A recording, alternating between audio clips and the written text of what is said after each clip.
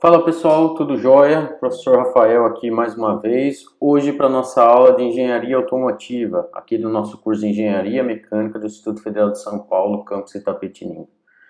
Como sempre, são todos muito bem-vindos para nossa aula. Hoje vamos falar um pouquinho a respeito das propriedades das curvas características dos motores, né? Então são propriedades importantes que a gente analisa para ver o desempenho do motor e poder comparar esses motores, né? E que comercialmente são muito utilizados. É muito comum a gente ouvir falar a respeito de curva característica do motor. Então nós vamos aprender um pouquinho a respeito disso. Espero que vocês gostem. Vem com a gente. Temos sempre bastante conteúdo aqui para que vocês acompanhem.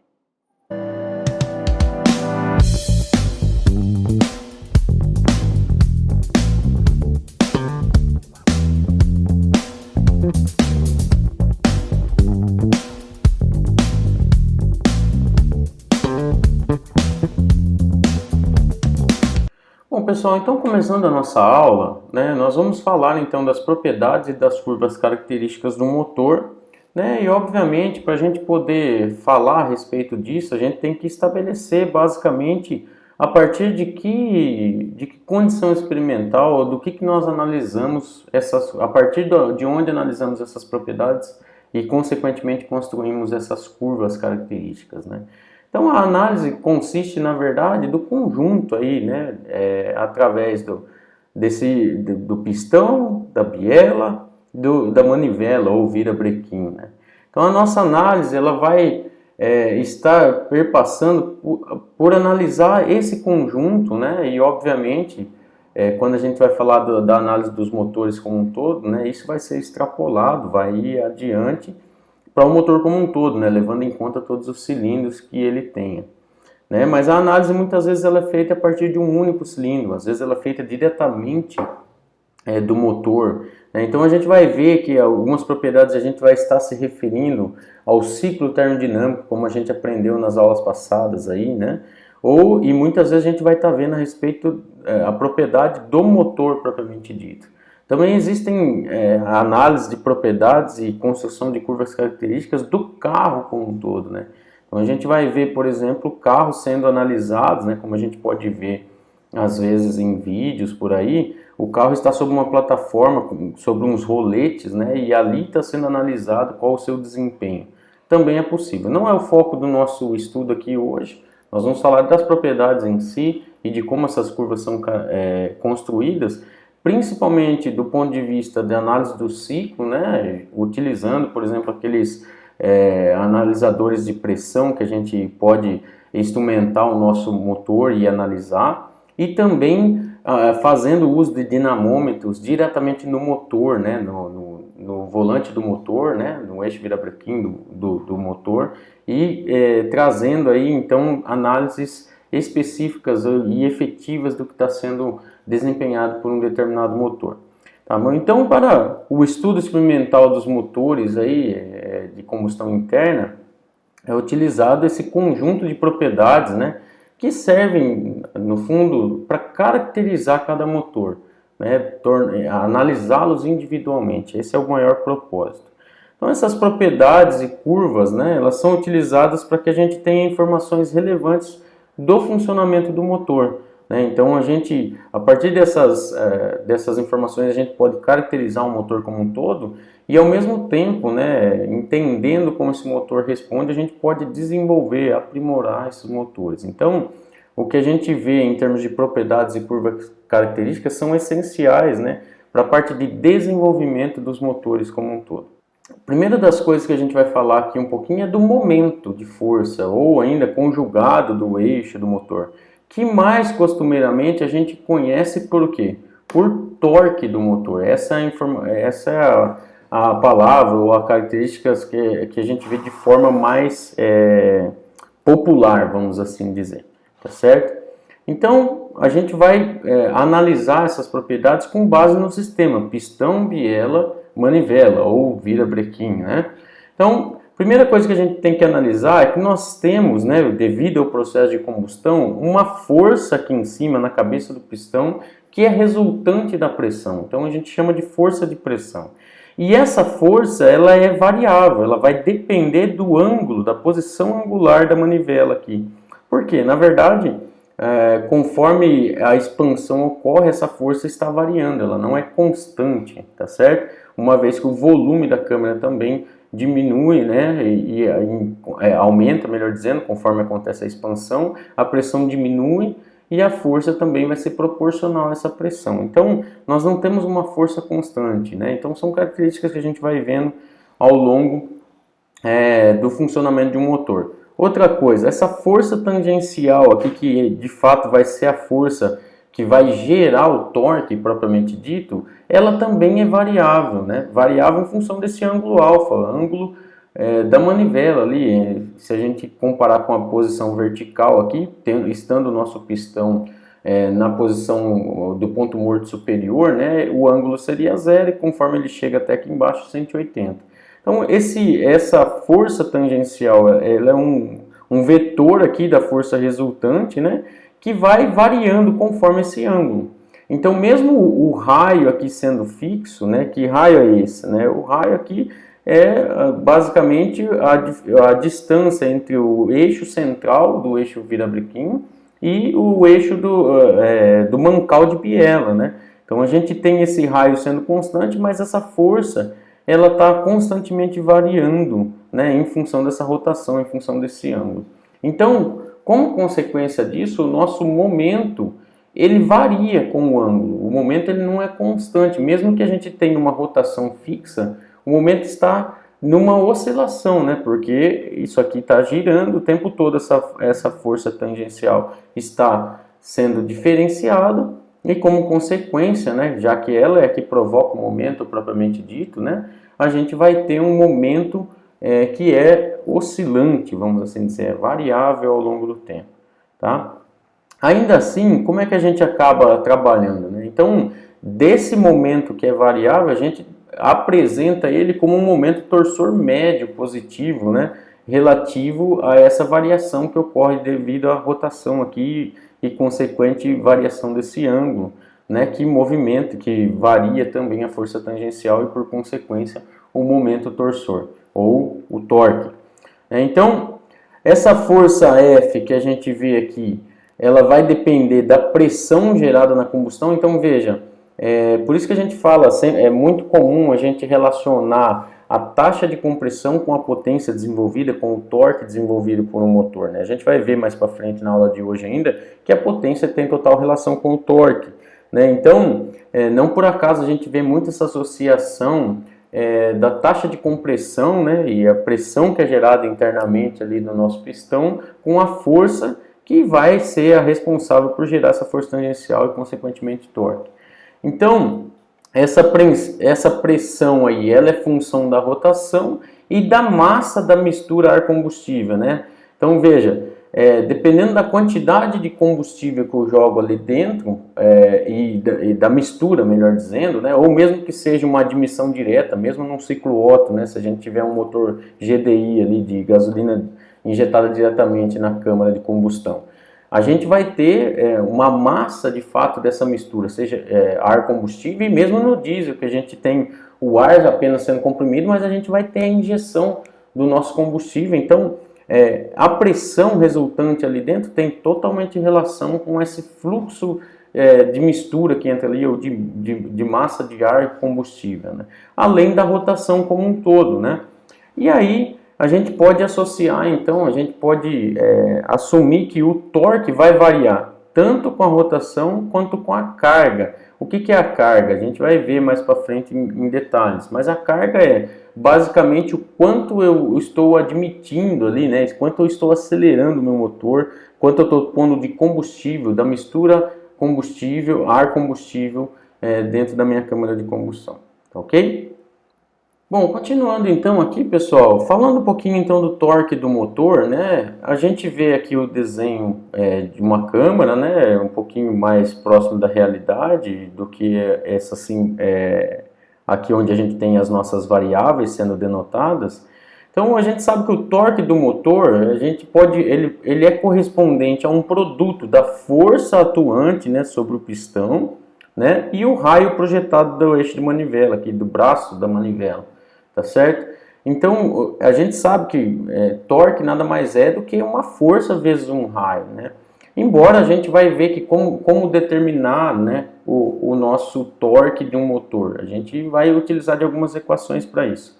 Comumente a gente expressa aí o nosso torque em kgf, quilograma-força, né, vezes metro. Às vezes também é comum aparecer em newton vezes metro. São as unidades mais comumente empregadas, tá? E aí é também muito comum ser expresso o torque em função da rotação em que ele foi medido. Por quê? Como a gente viu aí para trás, a rotação tem interferência, né, no torque. Então, o torque ele não é constante em função da rotação, ele varia na prática, né? E a gente vai ver isso, inclusive, nas curvas características que nós vamos ver ao longo da aula, tá certo? Muito bem, então, no fundo, nós vamos analisar e trabalhar aqui um pouquinho, né, falar um pouquinho de como que nós obtemos essas informações, começando pelo torque, que é a primeira das nossas propriedades aqui analisadas. Então, nós vamos precisar de um freio dinamométrico, ou um dinamômetro, como também é conhecido popularmente. O mais clássico, né, e mais antigo desenhado é o que a gente chama de freio de Prone. Esse freio de Prone ele é muito didático para a gente entender como que funciona, embora ele seja empregado apenas para pequenas potências, devido à própria característica de construção dele. O freio de Prone nada mais é do que como se a gente tivesse uma cinta agarrando, entre aspas, o nosso volante do motor aqui. E aí o que acontece? Pelo princípio de atrito, ação e reação, nós conseguimos controlar o braço desse freio e também a força que é exercida sobre ele, na forma de um peso, por exemplo. E aí quando esse motor gira, o que vai acontecer? Nós vamos ter uma força de reação aqui de atrito, né, dessa cinta tentando segurar a rotação desse motor. Então, basicamente, a gente tem um equilíbrio dinâmico aqui, ó, quando a gente aplica uma rotação constante, né, uma velocidade angular constante, a gente consegue determinar essa força de atrito da seguinte forma, né, a gente vai ter um equilíbrio que é a força de atrito, que a gente consegue calcular aqui, né, o torque que seria proporcionado por essa carga conhecida e em função desse braço aqui, vai ser proporcional à força de atrito que a gente teria ali, né? Então, em relação às características que a gente conhece do motor, a gente tem uma força de atrito vezes o raio aqui, né? Esse raio que a gente conhece aqui do motor, e que vai ser igual, vai estar em equilíbrio com essa força F aqui, vezes esse braço de alavanca B aqui. Então, a gente sabe, por exemplo, que nós conseguimos determinar o torque através de uma velocidade angular vezes a potência, por exemplo, relacionando já aqui torque e potência. Nós conseguimos relacionar a potência com o torque da seguinte forma, que o torque vezes a velocidade angular é igual à potência, certo? E aí a gente sabe que a velocidade angular é 2 vezes π vezes uma rotação, né? Então, trabalhando-se já para unidades conhecidas e levando em conta as conversões, os fatores de conversão, a gente poderia calcular a potência em cavalo-vapor da seguinte forma: 2 vezes π vezes a rotação vezes o torque, né? E aí a gente divide a nossa rotação por 60, pensando que a rotação estaria em RPM, ou seja, rotações por minuto. Então eu vou trazer para rotações por segundo, certo? E aí a gente divide o torque aqui por 75 também, já para a gente poder entrar com ele em kgf vezes metro, né? E a gente sair aqui já com a unidade pronta, já com o resultado pronto em cavalo-vapor. Se a gente fizesse a mesma análise, a mesma coisa, mas quisesse trazer em HP, né? A gente sabe que tem uma pequena diferença entre cavalo-vapor e horsepower. A gente, aqui 60 vezes 75 dividido por 2π, né? Dá o 716,2. Se for aqui utilizando a conversão para HP, a gente vai ver que vai dar dividido por 726,2. Mas é a mesma conta, basicamente se eu quiser calcular a potência e tiver essas informações aqui, ó, tiver o torque, tiver a rotação, eu consigo calcular facilmente a minha potência, né? É uma forma de se obter a potência a partir do torque. Então, só para trazer aqui uma imagem do que seria esse equipamento, os dinamômetros, né? A gente tem uma série de tipos de dinamômetros. A gente vai ter o mais clássico, que é o freio de Prone, né? Que é um tipo de dinamômetro mais arcaico, mais limitado para potências baixas, mas que serviria para determinar, para pequenos motores até é possível de utilizá-lo. Mas a gente vai ter dinamômetros hidráulicos, dinamômetros elétricos, que funcionam com princípios diferenciados. No hidráulico, por exemplo, vai ser a força que o motor vai estar realizando sobre esse freio, vai ser proporcional ao cisalhamento do fluido ali que é utilizado, né? Então é uma forma de se obter. Nos motores, nos dinamômetros elétricos, a gente vai ter uma força sendo gerada e, como consequência, esse freio ele vai estar gerando um campo, né, magnético e tal, uma corrente resultante disso. Então, também é uma outra forma de determinar. Mas aqui para nós, eu não quero me ater aos diversos dinamômetros, aos seus princípios de funcionamento. Mas, basicamente, o que me interessa é o que a gente consegue obter a partir deles, né? Então a gente acopla um motor ao dinamômetro, que nada mais é do que um freio, que a gente vai conseguir medir a rotação através de um tacômetro, né?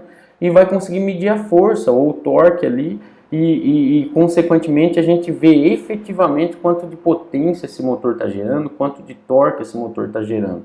Então veja, a gente aprendeu que é possível determinar a potência e também torque a partir dos ciclos termodinâmicos, uma vez que a gente conheça os valores de pressão, inclusive reais, não só teóricos, que a gente teria de um motor. Se a gente tiver transdutores de pressão associados lá à rotação que o motor está exercendo, pelos diagramas de pressão por volume e também de entropia por temperatura, né, temperatura e entropia, a gente consegue calcular rendimento, consegue calcular potência, né, a gente consegue obter essas informações. Porém, na prática, quando a gente coloca esse equipamento, motor, por exemplo, no dinamômetro aqui, a gente vai estar vendo o que efetivamente vai estar chegando no volante do motor, né, do eixo virabrequim lá, do nosso motor, quanto de fato está sendo gerado de potência, né?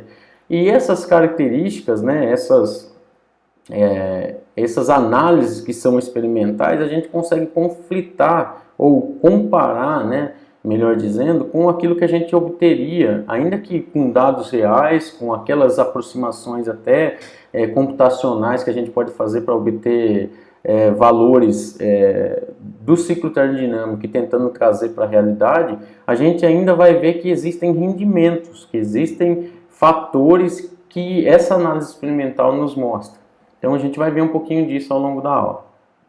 A gente vê que a potência, né, de um modo mais conceitual, a gente sabe que a potência nada mais é do que o trabalho desenvolvido pelo motor ao longo do tempo, não é assim?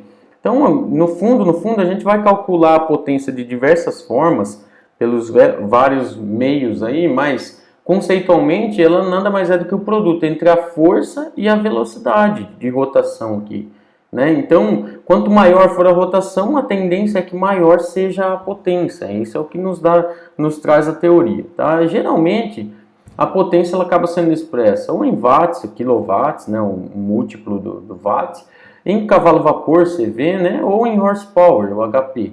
E aí a gente tem algumas relações que são importantes da gente ter em mente, né? Então, por exemplo, um cavalo-vapor tem 736 watts, ou um HP 746 watts, mais ou menos, né, aproximadamente.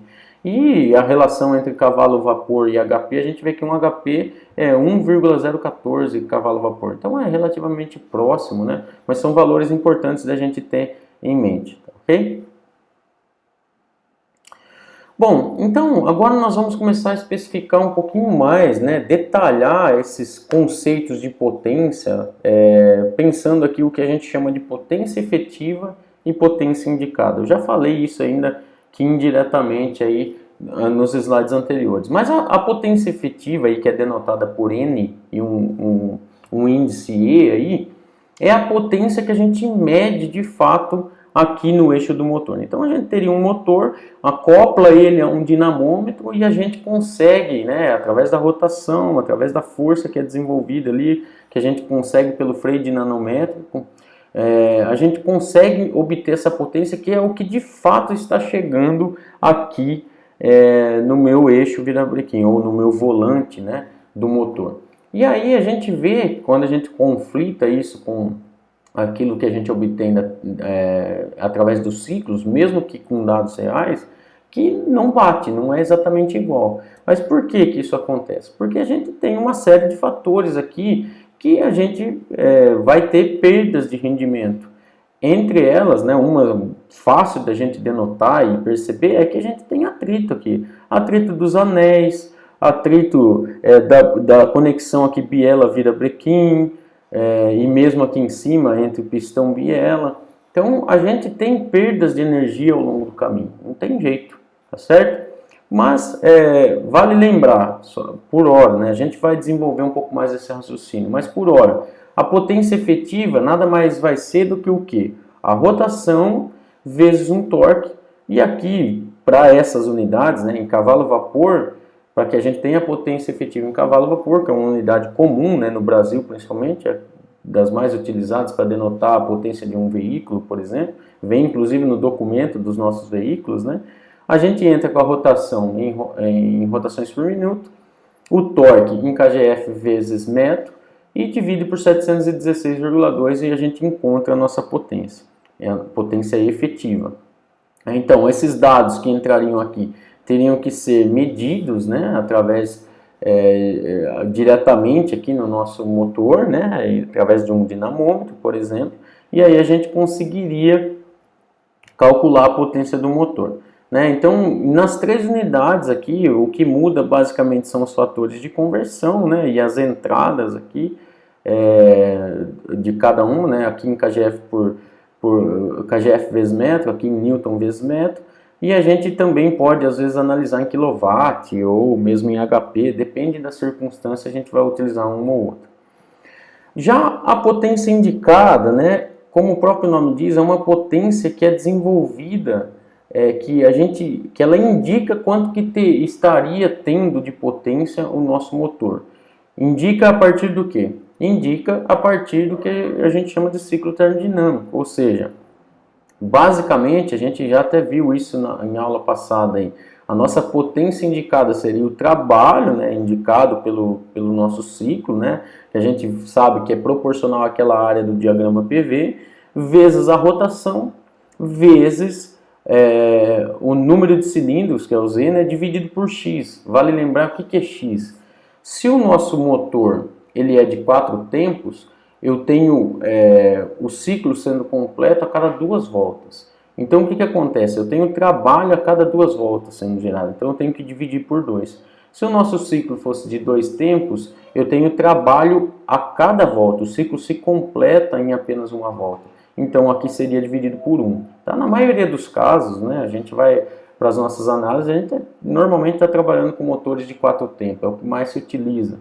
Então normalmente a gente vai dividir por 2 aqui, essa potência indicada para chegar no valor real aí da potência indicada a partir do ciclo termodinâmico que o nosso motor está funcionando, tá ok? Então veja, é interessante que a gente estabeleça algumas relações entre essas potências, né? Afinal de contas, que eu vou indicar? Aquilo que é efetivo, aquilo que é teórico, uma mistura disso? Enfim, é importante que a gente tenha noção da relação que existe entre essas potências, né? Então, o motor de combustão, ele é uma máquina térmica, não deixa de ser, a gente sabe disso, é claro, e como tal, né, produz trabalho de que forma? A partir de uma fonte de calor, né? Então, o calor, no nosso caso aqui de um motor de combustão interna, é proveniente da combustão dessa mistura ar-combustível, né, internamente na nossa câmara de combustão, certo? No nosso cilindro. Então, o fluxo de calor, ele é dado da seguinte forma, né? A gente pode obter de uma forma bem simples. Então, vale lembrar o que é PCI, que a gente viu lá em máquinas térmicas, ou poder calorífico inferior. É a quantidade de energia que um combustível libera por unidade de massa. Então, a gente normalmente tem quilocaloria por quilograma ou ainda quilojoule por quilograma, pode ser também outras unidades, né, do sistema inglês, mas as mais comuns são essas. Então, veja, se eu tenho que o PCI é uma quantidade de energia por massa, né, daquele combustível, se eu multiplicar essa quantidade de energia por massa por um fluxo de massa, por uma quantidade de massa no tempo, eu vou ter o que no final das contas? Uma quantidade de energia no tempo, né? Ou seja, eu vou ter o fluxo de calor que é fornecido quando eu queimo aquele combustível. E por isso, né, já pensando que é uma queima aí, em situação real, né, a gente teria que utilizar o poder calorífico inferior e não o superior. Por quê? Porque o superior, lembra que existe aquela recuperação, né, da água que seria evaporada, a água existente nesse combustível, né, a gente teria uma água que seria condensada, isso quando a gente tem um volume constante, né, mas a pressão constante, essa água ela evapora e vai embora para a atmosfera, vai junto com os gases de combustão. Então, o poder calorífico ideal a ser utilizado aqui de fato é o poder calorífico inferior, vai ser mais próximo da realidade. Tá? Então, só relembrando, né, trazendo aqui os principais combustíveis aqui utilizados, diesel, etanol, gasolina e mesmo metanol, eles têm diferentes poderes caloríficos, como a gente pode observar aqui, tanto em termos de quilocaloria por quilograma, ou seja, por massa, ou mesmo por volume, né, levando em conta a massa específica de cada um deles, ou seja, a densidade de cada um desses combustíveis. Mas, enfim, como só relembrando lá, a gente vê, por exemplo, que o etanol e a gasolina, né, tem valores de poder calorífico bem distintos, o que justifica, é o principal das principais justificativas, por exemplo, do rendimento de carros a gasolina, carros flex, né, sendo muito maior a gasolina do que no etanol. Mas não vem ao caso, não é a discussão do momento. O que eu quero trazer para vocês aqui agora é que, uma vez que a gente tem um processo de combustão todo acontecendo, nós teremos rendimentos de diferentes características aqui. Rendimento térmico, rendimento mecânico, né, e o que a gente pode chamar de rendimento global. Veja, o que seria isso, né? Então, essa eficiência térmica, ou rendimento térmico, nada mais é que o seguinte: pensando no ciclo térmico, eu sei que a quantidade de energia que for fornecida à minha máquina térmica, ao meu motor, é o que? É o fluxo de calor, que nada mais é do que o quanto de combustível que eu queimo num determinado ciclo, ou num determinado tempo, né? Então, o fluxo de massa de combustível que eu coloco no meu motor, vezes o poder calorífico desse meu combustível, nada mais é do que o fluxo de energia que eu estou pondo ali dentro. Essa é toda a energia que eu teria teoricamente. Agora, quanto de potência eu gerei em relação àquela energia que eu tinha disponível? Isso me dá o rendimento térmico do ciclo, coisa que a gente já viu. Se a gente for pensar num rendimento global, né, eu sei o que eu quero dizer com isso. Quando eu vou lá e meço a potência que efetivamente eu tenho através de um dinamômetro, vejo aqui a potência que de fato está disponível no volante do motor. Em relação ao fluxo de energia que eu tenho, eu já estou pegando na ponta do caso, vamos assim dizer, né? Eu já estou pegando o que de fato está sendo gerado aqui em relação a tudo de energia que eu coloquei lá no meu tanque de combustível e estou fornecendo combustível para minha câmara de combustão. Então, nesse meio do caminho, tem uma série de fatores que podem gerar perdas, né? Eu até comentei, principalmente o atrito, é a principal fonte de perda de energia que a gente faz aqui, né? Mas, enfim, eu estou trazendo como um rendimento global, uma eficiência global do meu motor. O que eu tenho de fato de potência que eu consigo caracterizar com o dinamômetro lá na saída do motor em relação a toda a energia que eu tinha disponível.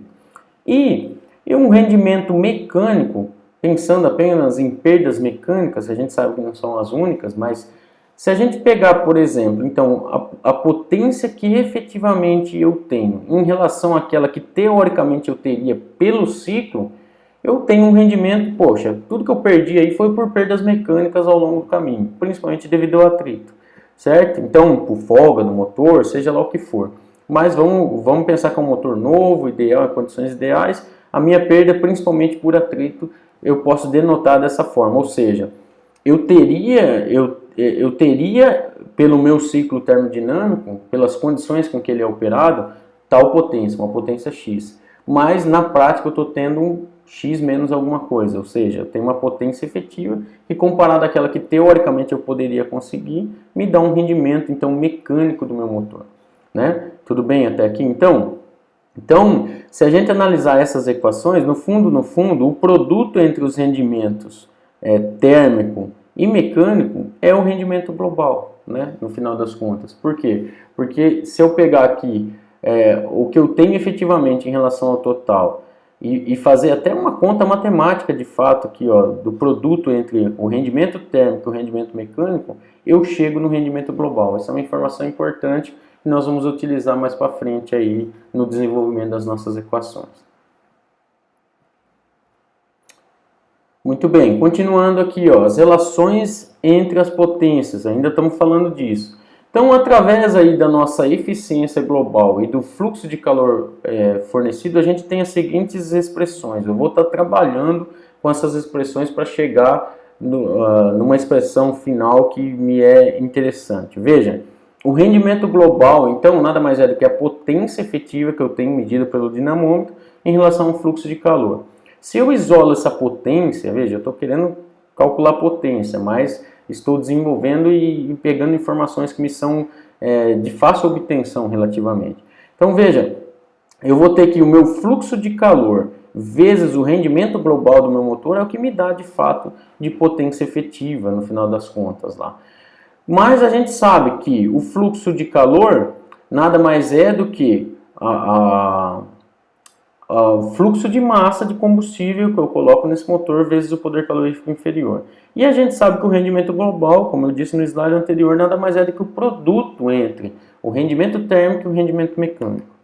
Muito bem, então se a gente agregar essas equações aqui, a gente chega que a potência efetiva do nosso motor nada mais é do que o fluxo de massa de combustível vezes o poder calorífico inferior, vezes o rendimento térmico, vezes o rendimento mecânico desse meu motor, ou seja, vezes o rendimento global, né?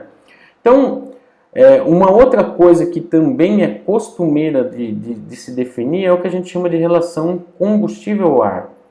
Então, na prática, principalmente para os ciclos Otto, a gente tem uma dosagem de combustível em relação à quantidade de ar que a gente põe, ou o contrário, né? A dosagem de ar, o quanto de ar eu jogo para dentro do meu ciclo em relação ao combustível. Então, como é que a gente define isso aí? A gente vai utilizar a letrinha F aqui para definir essa relação combustível-ar. Então, a quantidade em massa de combustível em relação à quantidade de massa de ar que é utilizada para fazer esse processo de combustão, né? Então, a gente pode denotar da mesma forma em termos de fluxo, né? Pensando no fluxo de combustível que entra em relação ao fluxo de ar que entra. Se a gente isolar o fluxo de combustível, que é o que aparece aqui na nossa expressão, eu vou ver que o fluxo de combustível nada mais vai ser do que o fluxo de massa de ar que eu coloco para dentro do meu motor, vezes essa relação combustível-ar que eu estou chamando de F aqui. Então, a nossa expressão de potência, me é conveniente até o momento, dizer o seguinte, que ela vai ser o fluxo de massa de ar que eu coloco para dentro da minha combustão, né, da minha câmara de combustão, vezes esse F, que é a relação combustível-ar, vezes o poder calorífico inferior, vezes o rendimento global, ou seja, o rendimento térmico e o rendimento mecânico desse meu motor, certo? Então, é interessante do ponto de vista de estudo de admissão de ar que a gente tem um conceito também bastante conhecido, já que é o que a gente chama de eficiência volumétrica, né? O que vem a ser isso aqui, né? Lá em máquinas térmicas a gente viu, por exemplo, a quantidade de ar que eu coloco na minha câmara para dentro da câmara de combustão, ou mesmo lá na caldeira para a gente realizar uma combustão, o ar estequiométrico em relação ao ar real, né? A gente colocava sempre um excesso. Aqui é uma análise um pouquinho diferente. A minha eficiência volumétrica nada mais vai ser do que a massa de ar que eu coloco para dentro da minha câmara de combustão em relação à massa de ar no meu ambiente em torno do meu motor. Por que isso, gente?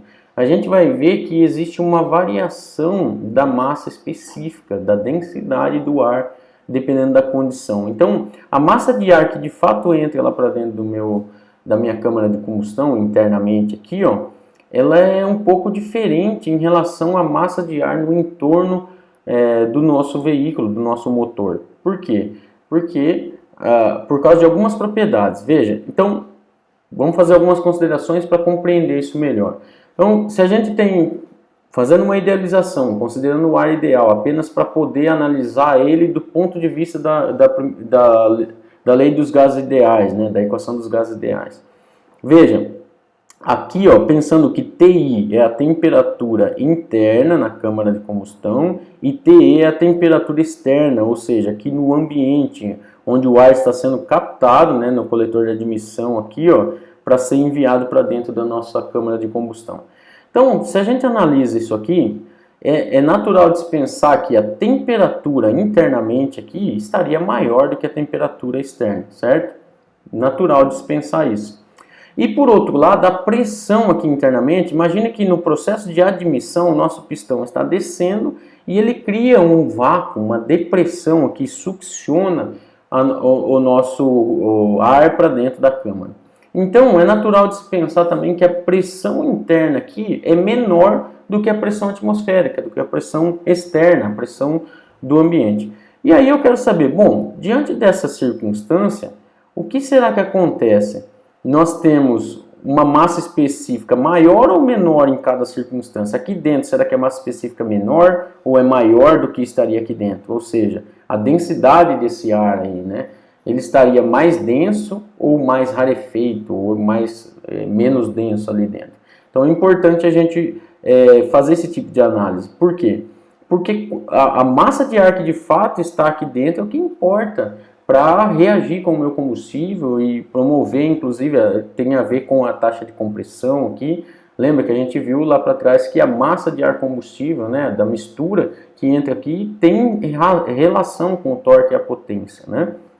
Muito bem. Então, pensando na equação dos gases ideais, né, PV igual a MRT, né, já usando o R aqui como sendo a constante universal dos gases dividido pela massa molar aqui do ar, né, que seria então a constante do ar, do gás ar, certo? Muito bem. Então, fazendo uma operação matemática muito simples, né, trazendo essa massa para o lado de cá, o que a gente tem? A gente teria volume sobre massa, que seria o volume específico, ou ainda, se for massa sobre volume, né, a gente tem a massa específica. E aí o inverso dela, né, que o inverso de massa específica é volume específico e vice-versa. Então a gente tem que a pressão dividido pela massa específica é igual à constante do gás vezes a temperatura. Como que a gente quer analisar aqui como essa massa específica estaria internamente em relação à externa? O que eu tenho que analisar? Eu tenho que isolar pela equação dos gases ideais a minha massa específica. Então veja, eu quero saber se aqui internamente a minha massa específica estaria menor ou maior que lá fora. Veja, pela nossa análise aqui do que o fenômeno ocorre, a gente tem que a pressão internamente tende a ser menor do que a pressão atmosférica. Então, uma vez que eu tenho um P menor, né, e comparando internamente e externamente, a minha tendência é, se o P é menor, a massa específica tende a ser menor. Por que tende? Porque existe outro fator importante aqui, que é a temperatura. O R a gente sabe que é constante. Tá? Então, a gente analisando do ponto de vista da pressão, a tendência é que a massa específica internamente seja menor, já que a pressão internamente é menor. Beleza, um ponto nos foi claro. Agora, a temperatura internamente tende a ser maior do que a externa. É claro, obviamente ela é maior, né? Então, quanto maior for o valor de temperatura aqui, menor tende a ser o valor da massa específica. Ou seja, em ambas as análises, tanto com relação à pressão quanto com relação à temperatura, a minha resposta é que internamente a massa específica tende a ser menor do que a massa específica que está do ar em condição ambiente. Então, a gente pode afirmar, com base nessas análises, que a massa específica no interior, a massa específica do ar no interior da câmara, vai ser menor do que a massa específica do ar que a gente está coletando lá no coletor de admissão e mandando para dentro da nossa câmara de combustão. Então, a gente tem o enchimento do cilindro sendo feito com o ar mais rarefeito do que o ar da atmosfera local. E isso é importante. Não por acaso eu estou trazendo esses detalhes para vocês. Então, que a gente vai entender como que isso afeta, né, no cálculo da potência, inclusive. Beleza? Bom, então a nossa eficiência volumétrica, no fundo, ela vai representar o quê? Né? Aquele conceito de eficiência volumétrica, né? Que a gente viu no slide anterior, que é uma razão aí entre a massa de ar, né, interna, que a gente de fato coloca para dentro do da nossa câmara de combustão, em relação à massa de ar, né, que estaria em condição atmosférica. Essa eficiência volumétrica vai representar para a gente a eficiência com que os cilindros são enchidos, né? O enchimento desses cilindros aí. Então, veja, o quanto a gente coloca de massa ali em relação àquilo que poderia ser admitido, né? Se a massa específica lá dentro se mantivesse igual à massa específica do ambiente, na atmosfera local, coisa que a gente sabe que não vai acontecer por causa da variação de pressão e temperatura. Mas a gente consegue fazer essa relação. Então, por que a gente faz isso, né? A gente viu então que a relação de eficiência volumétrica é a massa, o fluxo de massa de ar que eu coloco dentro do meu, aquilo que eu coloco de fato dentro da minha câmara de combustão, em relação àquilo que poderia ser, né? Se a massa específica se mantivesse constante, é essa relação. Então, a gente vai isolar esse fluxo de massa de ar que de fato está indo lá para dentro, fazendo com que apareça, né, essa eficiência volumétrica aqui. Se vocês estão acompanhando o raciocínio, já entenderam que eu vou fazer aparecer na minha expressão de potência também a eficiência volumétrica, que é esse conceito que a gente aprendeu agora há pouquinho. Então, a gente sabe, por exemplo, que a massa específica, né, lá na condição atmosférica, basicamente vai ser que a massa específica do ar na condição atmosférica sobre o seu volume. Né? Então, eu consigo isolar que a massa específica do ar na condição atmosférica nada mais é do que a massa específica nessa condição atmosférica, né? Aqui a massa de ar, melhor dizendo, vai ser a massa específica vezes o volume. Então, para um fluxo, a gente poderia entender, né, relembrar que, no fundo, nada mais vai ser do que isso aqui, massa específica vezes volume, nada mais é do que massa, né? O produto desses dois é massa vezes uma rotação dividido pelo aquele x que tem a ver com os tempos do motor, né? Mas no fundo é a massa no tempo. É isso que a gente está tendo, porque rotação são rotações por minuto, que a gente pode converter para segundo, enfim, né? Mas eu teria um fluxo de massa ao longo do tempo. É isso que nos confere essa expressãozinha aqui. Muito bem. Então, o fluxo de massa de ar admitido nada mais é do que o quê? Esse fluxo de massa, né, vezes esse fluxo de massa na condição atmosférica, vezes essa razão aqui de eficiência volumétrica, vezes a nossa eficiência volumétrica. Então, nada mais é do que eu peguei a definição do que é um fluxo de massa de ar aqui, né, na condição atmosférica, trouxe para dentro dessa expressão aqui, ó, que é o fluxo de massa de ar que de fato vai entrar para dentro da minha câmara de combustão. Né? Então, mas por conta desse fenômeno da variação de pressão e temperatura, o que de fato entra de ar chega lá com uma massa específica diferente, e então o fluxo de massa de ar, de fato, para reagir com o combustível lá dentro da minha mistura, é diferente daquele que entra no começo lá na admissão. Por isso que existe esse fator aqui.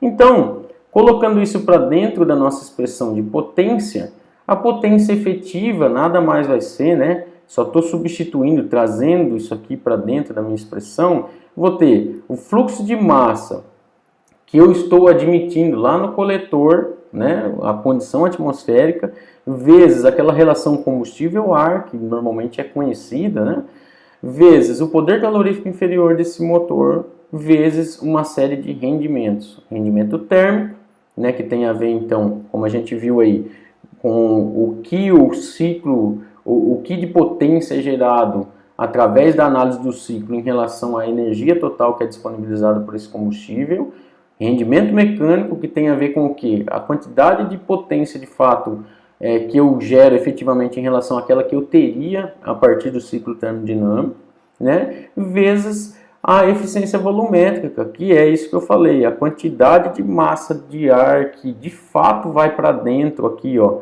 da minha câmara de combustão em relação ao que entrou, né? Porque ele entra com uma massa específica e vai reagir lá dentro com uma outra massa específica, tá ok? Então, o cálculo da nossa potência ele fica desse jeitão aqui, com essa cara, levando em conta essa série de considerações importantes e que interferem de fato na potência que efetivamente é gerada, tá certo?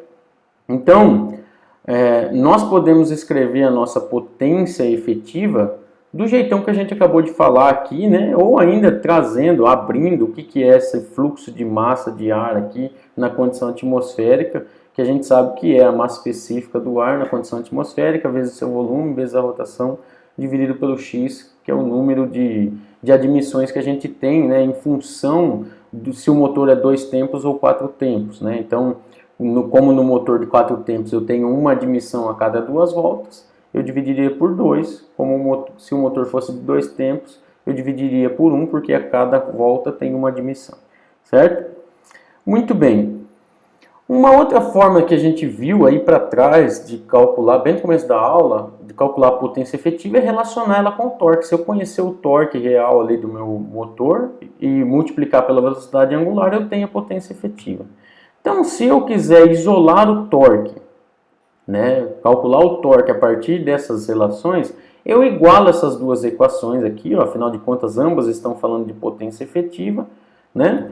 E aí eu consigo isolar, né, simplesmente matemática aqui, ó, eu isolo o meu torque, né, em função de tudo isso que a gente tem aqui. As rotações elas vão se cancelar e esse é um fator importante de a gente ver, né, que na teoria, analisando simplesmente matematicamente essa equação aqui, o torque ele seria independente da rotação, o que de fato não é verdade, né? A gente sabe que na verdade o torque vai ser afetado aí pela rotação e aqui acaba sendo demonstrado nessas rendimentos que estão sendo envolvidos aqui, tanto térmico, mecânico e volumétrico aqui também, né, da massa de ar que entra. Tudo bem? Então, é interessante a gente ver que o controle, né, ou variação da potência do motor, como que ele se dá? Nos motores Otto e nos motores diesel, o controle dessa potência ela se dá de forma um pouquinho diferente, né? Então, é fácil dispensar na parte prática. A gente controla torque e potência através do acelerador do automóvel. No fundo é isso, né? Porque a gente se acelera mais, você tende a dar mais potência para o motor e dependendo da rotação que ele tiver, mais ou menos torque, que é uma consequência, né, do giro do motor. Mas a forma como isso se dá, ela é diferenciada no ciclo Otto e no ciclo diesel.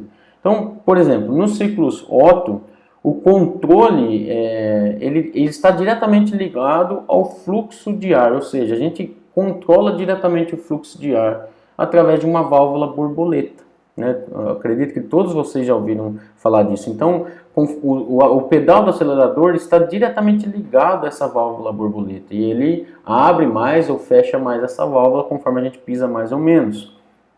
Então, a razão ar-combustível é basicamente mantida constante, né?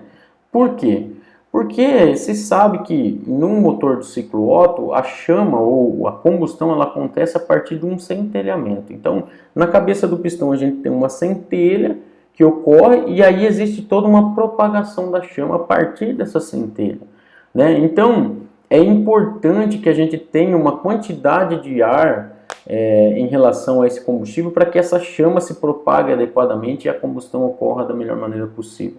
Então essa potência ela é indiretamente controlada, a potência do motor, né, através do fluxo de ar que é controlado ali pela borboleta, tá? E A injeção de combustível, seja ela através de carburador ou seja ela através da injeção eletrônica, ela é indiretamente, acaba sendo indiretamente controlada também através desse fluxo de ar. Então a gente vai ter um mecanismo que vai promover a admissão de mais ou de menos combustível conforme esse fluxo de ar que eu estou mandando para dentro da minha câmara de combustão. Então o ajuste de injeção de combustível ele é feito de tal forma que eu tente manter essa razão combustível-ar aí que a gente chamou de F, certo? Nos motores diesel, por sua vez, o que acontece? A combustão ela se dá espontaneamente, né, a partir da compressão. Quando o combustível é injetado dentro da câmara de combustão, a temperatura já está elevada suficientemente para que ele entre em combustão. Então ele não depende de uma faísca que inicia a nossa combustão e ela se propaga. Ele entra ali, o combustível já entra em autoignição. Então por isso mesmo que a gente tem uma combustão mais uniforme, né, no motor diesel. Então, como a gente não tem esse problema de propagação de chamas, né, pelo fato do processo ocorrer com autoignição, o controle, né, o controle da potência do motor, a variação da potência do motor, ele se dá também pelo acelerador, mas de que forma, né? Na verdade, o que se controla é a injeção de combustível para dentro da minha câmara de combustão. Então, pensando numa rotação constante, num fluxo de ar constante, a gente varia a razão de ar combustível. Por quê? Já que a combustão ela se dá por autoignição, a gente tem uma maior liberdade, né, de que a relação de massa de ar e massa de combustível fuja um pouco, né, esse F oscile um pouco. E, consequentemente, a gente tem uma potência maior ou menor se eu coloco mais ou menos combustível. Então, veja, em ambos os casos, na prática do dia a dia, a gente controla isso daí através do acelerador. Mas o mecanismo por trás daquilo todo é bem diferente no motor Otto e no motor diesel. Beleza? Muito bem.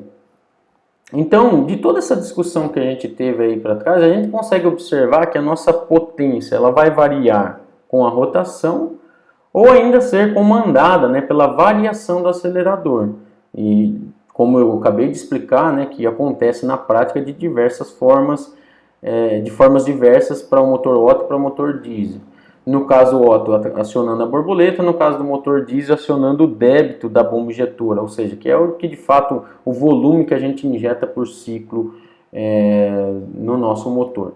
Então, uma vez que a gente tem o acelerador do motor totalmente acionado, né, então numa análise da curva do motor, das características do motor, a gente normalmente vai encontrar curvas, e a gente já até falou isso em aulas passadas, aí, sem explicar o que era, a gente vai ver que as análises são feitas com o motor a plena carga. O que é isso? Quando o acelerador está totalmente acionado, né? Ou seja, a maior quantidade de combustível, no caso do motor diesel, está sendo injetado para dentro, por ciclo da bomba, ou a borboleta está 100% aberta, no caso do motor do ciclo Otto. A gente também pode ter posições intermediárias desse acelerador, né? Que é o que a gente chama de cargas parciais do motor. Então, pensando nesses fatores, a gente pode fazer ensaios para caracterizar um motor basicamente de dois tipos, né? Onde a gente mantém a carga constante, essa carga tem a ver com a aceleração do motor, né? Mantenho ela constante em toda a rotação que eu vou analisar, né? Então, por exemplo, coloco lá o acelerador a plena carga, acelerado ao máximo, e analiso a variação da rotação diante dessa circunstância. Ou a gente pode fazer o contrário, manter uma rotação constante e variar essa carga, né, a plena carga ou a cargas parciais, e fazer uma análise dessa forma também. O mais comum é o primeiro dos casos, a gente tem carga constante e analisa em função da rotação. A maioria das curvas que a gente vai ver vai ser denotada dessa forma, tá? Uma outra propriedade, antes da gente ver de fato as curvas e falar um pouquinho delas, uma outra propriedade que normalmente também é analisada e faz parte dessas características do motor, né, faz parte dessas curvas características, é o chamado consumo específico, né, que é algo bastante relevantes, principalmente quando a gente pensa em uma situação econômica de combustíveis a preços elevados. Sem dúvida, uma coisa interessante de caracterizar o nosso motor do carro é se ele é econômico ou não, né? E aí, uma forma de fazer isso é verificar o consumo específico do nosso motor, que é dado nada mais, nada menos do que pelo fluxo de combustível em relação à potência efetivamente gerada, né? Então, como a gente sabe que a potência efetiva, uma das formas de calcular, a gente viu aí para trás, né, é através do fluxo de combustível vezes o poder calorífico inferior desse combustível vezes o rendimento térmico e mecânico. Então, a gente pode chegar na expressão que simplesmente substituindo a potência, que era aqui a definição de consumo específico, né? O fluxo de combustível em relação à potência efetiva, que é isso aqui tudo. Que desenvolvendo a expressão, né, cancelando aqui, dividindo as massas, o fluxo de massa de combustível, que dá 1, né, resulta nisso aqui, né, o poder 1 sobre o poder calorífico inferior do nosso combustível vezes uma eficiência global daquele motor, né, que é nada mais, nada menos do que o produto entre as eficiências térmica e mecânica.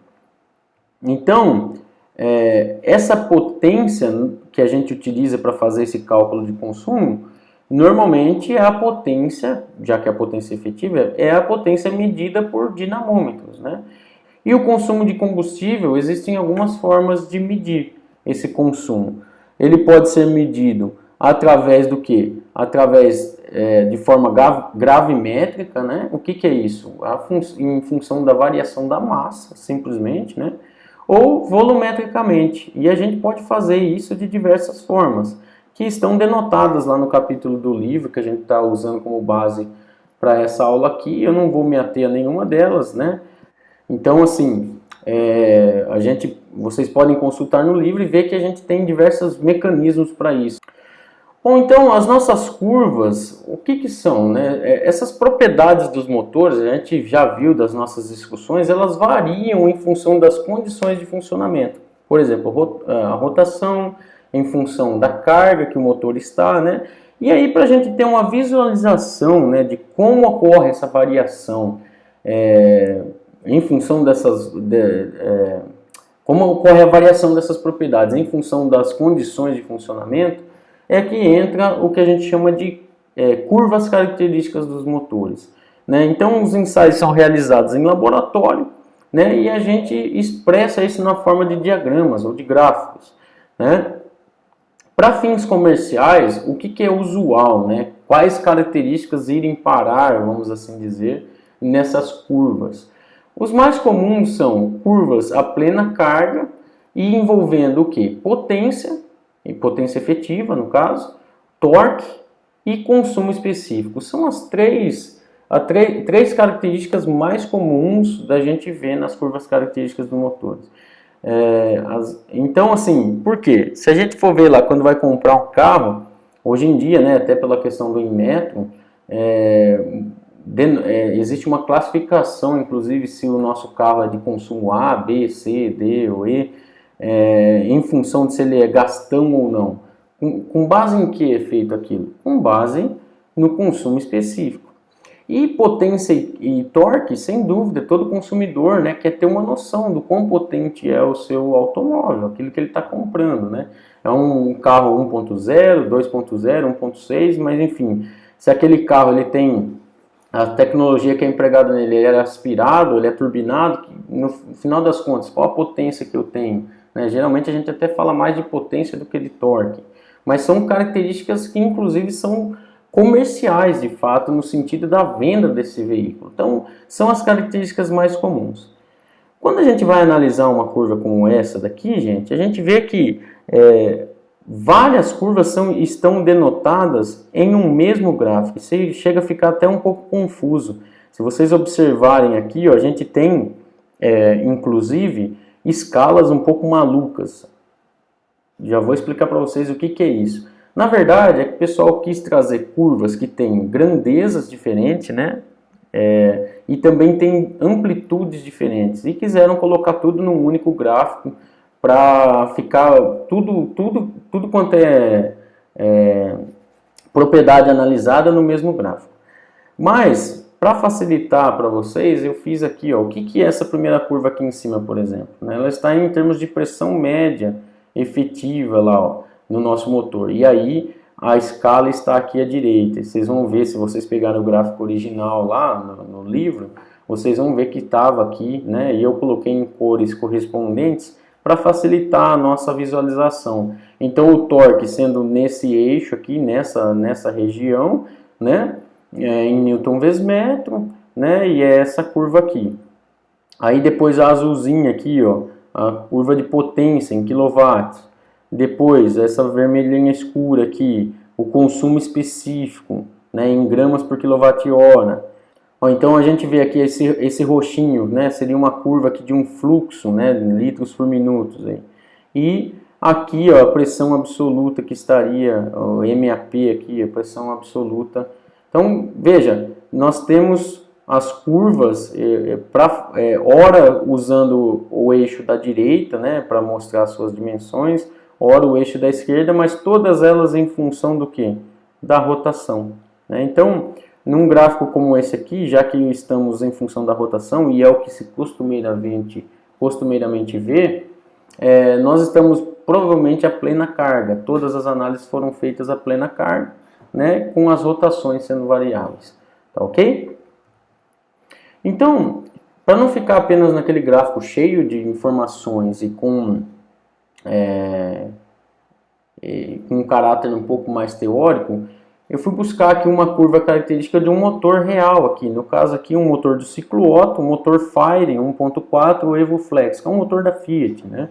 E aí, ó, veja que essa é uma curva característica comercial que a gente vê por aí, ó, uma curva em função da rotação com eixo tanto para potência quanto para torque, né? Então a potência aqui em cavalo motor, torque em kgf vezes metro, quilograma-força metro. E aí a gente observa, né, uma coisa característica, a curva de potência aumenta muito com a rotação, né? Então a tendência é essa mesmo, que exista lá uma potência que, como a gente viu nas nossas equações, a rotação está diretamente ligada ali na potência, né? Então quanto maior a rotação, tende-se a ser maior também a potência. Já no torque, a gente vê que ele chega num valor máximo aqui, numa determinada rotação, e depois ele tende a cair um pouco, ele fica com uma variação não tão grande, e a gente viu também lá que o torque é uma média, né? Ele está oscilando o tempo todo na realidade, né? Por quê? Porque aquele eixo de manivela, aquele ângulo entre a vertical e o eixo, né, que é aberto, ele está o tempo todo girando, né, o nosso motor, então aquele ângulo está variando, aquela força tangencial também está variando constantemente, e o nosso torque, por consequência, também varia constantemente. Mas o que a gente tem é uma média positiva, né, do quanto de torque é desenvolvido em função da nossa rotação. Bom, pessoal, uma última coisa aqui, uma das últimas coisas, estamos já caminhando para o final da nossa aula, é que a potência, as propriedades, né, denotando principalmente a potência aqui, elas variam em função das condições atmosféricas, né? Então, a gente vai ver que a potência ela vai ser função da pressão, da temperatura, da umidade, né, do ambiente que a gente tiver. Então, se eu analisar o meu motor em dias diferentes, com condições climáticas bem distintas, os resultados serão diferentes. Assim como se eu analisar em ambientes diferentes, analiso aqui no Brasil, aqui em Sorocaba, ou aí em Itapetininga, depois lá na Bolívia, nos Estados Unidos, na Europa. Ou seja, as condições variam muito, né? Principalmente se a gente for pensar aí que existe muita variação, por exemplo, de altitude de uma região para outra e, consequentemente, de pressão atmosférica, né? De umidade, né? Se a gente está num lugar muito seco, num lugar onde a umidade relativa do ambiente é muito alta, enfim. Então, para efeito de padronização de resultados, né, e poder comparar com a mesma base, existe aí uma padronização, né, para corrigir a potência, né? Então, como que isso é feito? Através de normas, né? A gente tem uma série de normas que detalham como fazer essa redução da potência do motor para condições padrões, atmosféricas padrão, né? Então essas normas, elas são variadas, diversas aí. Então, por exemplo, a norma brasileira, Norma ISO aí, ó, de 96, que é uma norma que fala lá, veículos rodoviários, código de ensaio dos motores, né, potência líquida efetiva. Né? A gente vai ter norma, por exemplo, americana, que é a SAE aí, ó, a norma japonesa, norma alemã, enfim.